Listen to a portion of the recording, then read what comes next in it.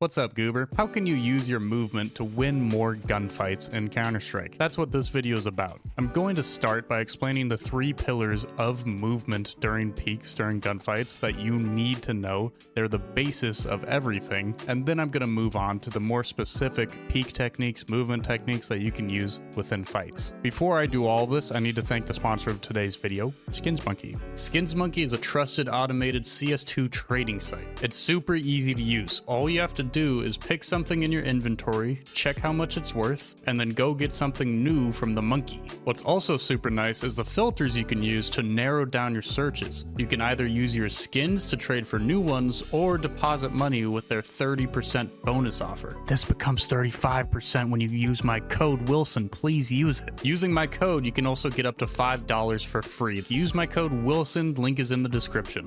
The first of the 3 all-important pillars is counter-strafing. Now, I've talked about counter-strafing so much, so I'm not going to bore you with it. I made a whole video about it if you want to go watch that and then come back to this one. All it is a way for you to become immediately accurate while you're moving. So if you're swinging out to the right, I'm holding D here. To counter-strafe, all I'm going to do is let go of D and tap A, the opposite movement key. If I'm holding A, I'm going left, I let go of A and I tap D. That makes me accurate. That's counter-strafing. You don't want to hold both keys like that.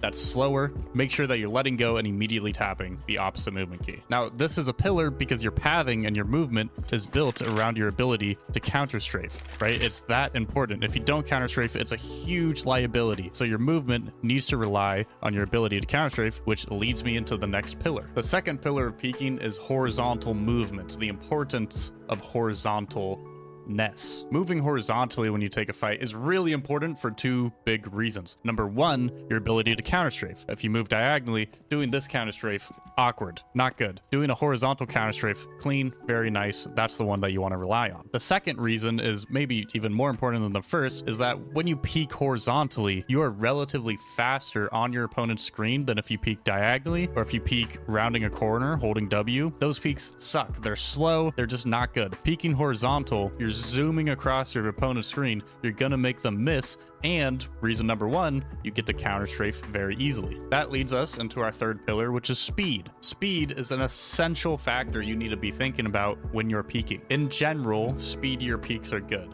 but I more so want you to be critically thinking about how you're using speed in fights. Whether you're really slowing down a peak and surprising somebody with just a little crouch walk peak, that's an option. Or if you're speeding into a peak, you just need to be thinking about it. If you're autopilot just shifting into every fight, you're gonna lose a ton of fights because that peak sucks and you're not being purposeful about the speed of your peak. Okay, Goober, we've talked about the 3 pillars of peaking. Now let's talk about the more specific movement mechanics and types of peaks you can use to win fights and get kills. Let's first talk about a fairly basic mechanic, but it is just so important. It's called silent peeking. I mentioned before that you don't want to be shift walking into angles, right? If I think somebody's default, I don't want to shift walk into this fight. That's a shitty peek. But I also want to stay silent. So then what are my other options? Well, I could crouch it, but what if I don't want to crouch peek? The best option for me is a silent peek. This is where I don't hold shift and I still swing out and counter-strafe. The key here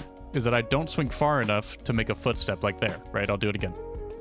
If you swing too far, you're going to make a footstep. So there's no really great way to know exactly how far it's going to be. You just have to get a good feeling for it. So if somebody's here default, I don't want to make a footstep, but I still want to get a good peek. I'm going to do a silent peek into it. So then my peek, I have a little acceleration on it, a little speed. I'm not just static shift walking 1 speed into the angle. That gives me a much better chance at winning this fight than a different kind of peek. So this is great when you're lurking and you're trying to look for a pick. You can shift walk around, and then when you're about to peek something that you think somebody's going to be there, that's when you use the silent peek. I think somebody's back default. No, I think somebody's CT. No, right? You can stay silent, but you can still throw out some pretty good peeks. Let's talk about the Donk slide. Now, you might have heard of this Donk guy. It's pretty good at the game.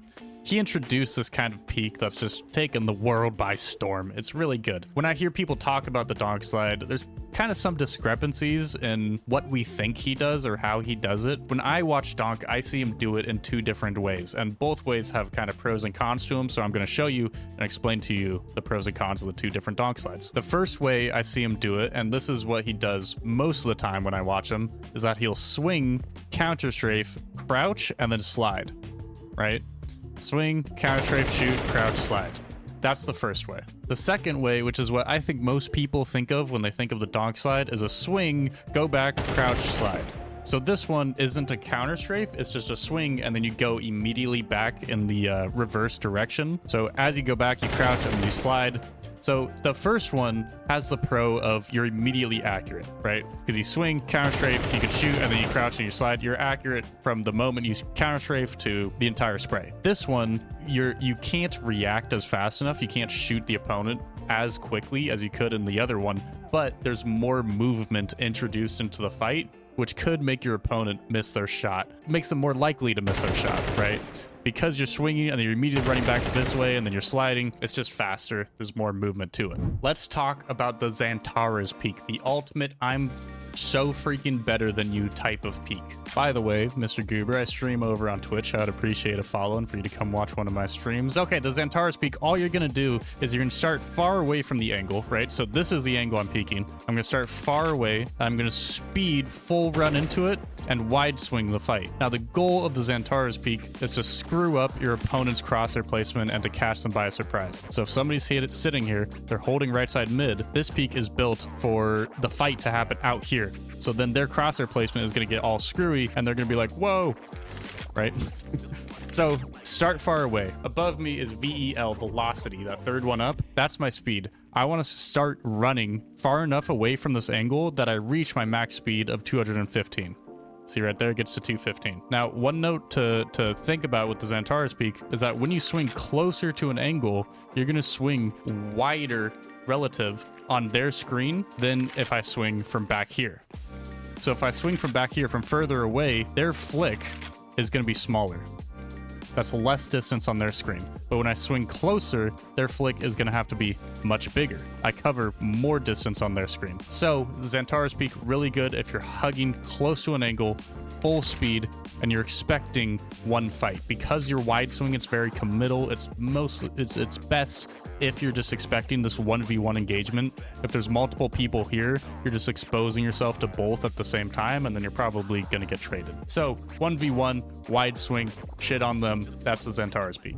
The crouch tap. This is something else that Donk has popularized, but I notice other pros doing it a ton as well. All it is just throwing little taps of the crouch button into your fights or into your peeks. It makes the head bob downwards and then upwards, and it makes the opponents not really know like what kind of peek you're doing, right? If somebody sees you temporarily go downwards into a crouch, they're probably going to assume you're going to continue to crouch, but then your head bobs back up, and it's just a cool, interesting way to take fights. Jiggle peeking. A lot of people think and use jiggle peeking in a kind of incorrect way. Jiggle peeking is really an exchange of information, and you want that exchange of information when it's favorable for you. For example, on CT side Ancient, if I'm playing here in the back of Cave and I'm jiggling this, I'm not necessarily jiggling this so that I can get a kill with the jiggle.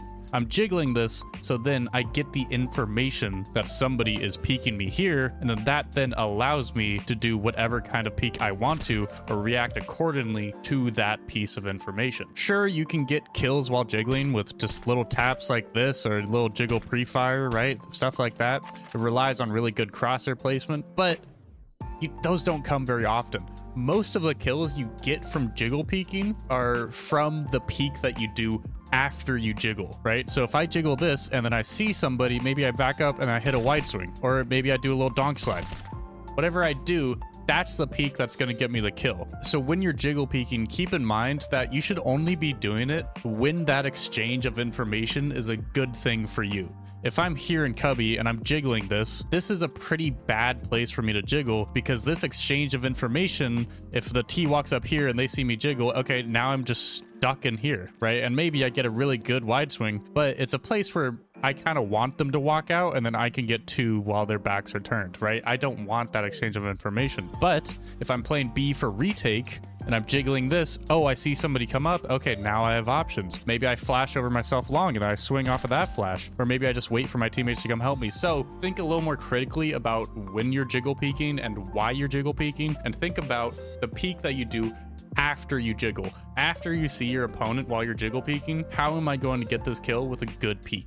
The quick step. Now this one's a little weird because it's something players just kind of start doing naturally. There's not really a word for it. I made that name up, to be honest with you.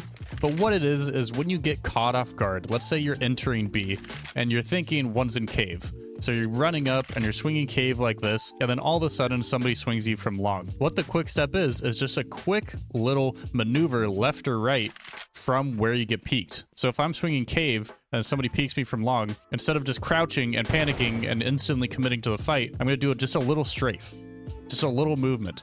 That way, this person who swings me, sure, maybe they get 1 or 2 shots off before I react, but then I throw some movement into the fight that regains some sort of advantage for me and might throw some of their bullets off and might let me get that kill, even though they caught me off guard. Timed peeks. If you find yourself holding angles and constantly getting destroyed, it's probably because you're not timing out peeks. Now, what this is that if I'm anchoring A long, right? Let's say I don't have a smoke anymore. They can walk out at any point. If I sit here and just hold this, I kind of give them this little advantage of they get to peek me.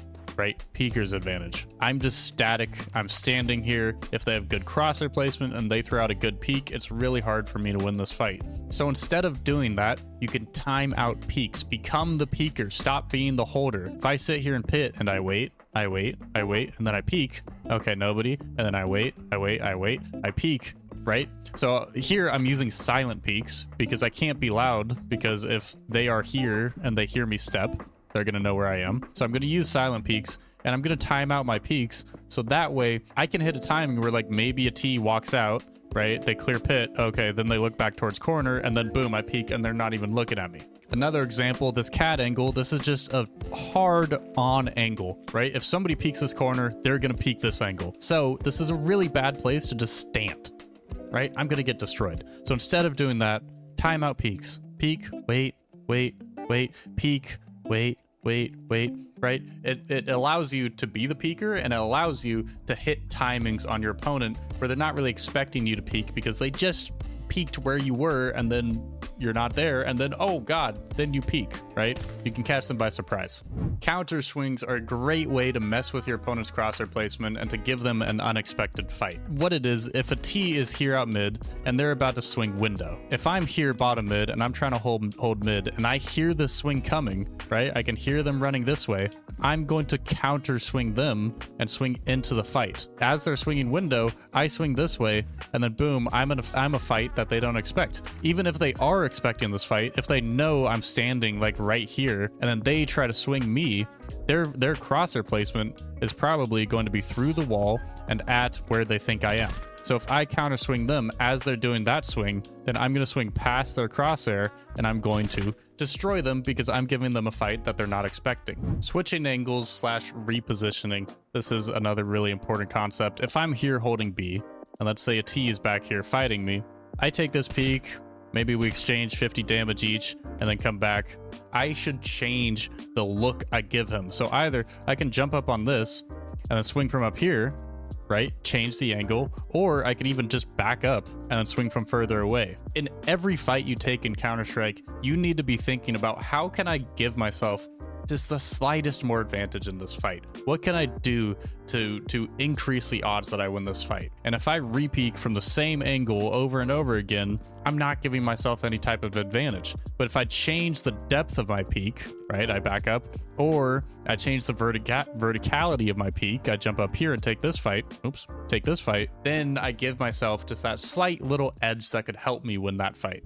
Dude, thanks for watching my video. I appreciate it. I would appreciate a like or a cheeky little subscribe to my channel. That would be awesome. And thank you to my channel members who support me and allow me to be a goober on the internet. I also stream on Twitch, and I still do stream on YouTube on Tuesdays and Wednesdays, so check the streams out. I would appreciate it. Have a great day, and good luck and have fun in all of your future games.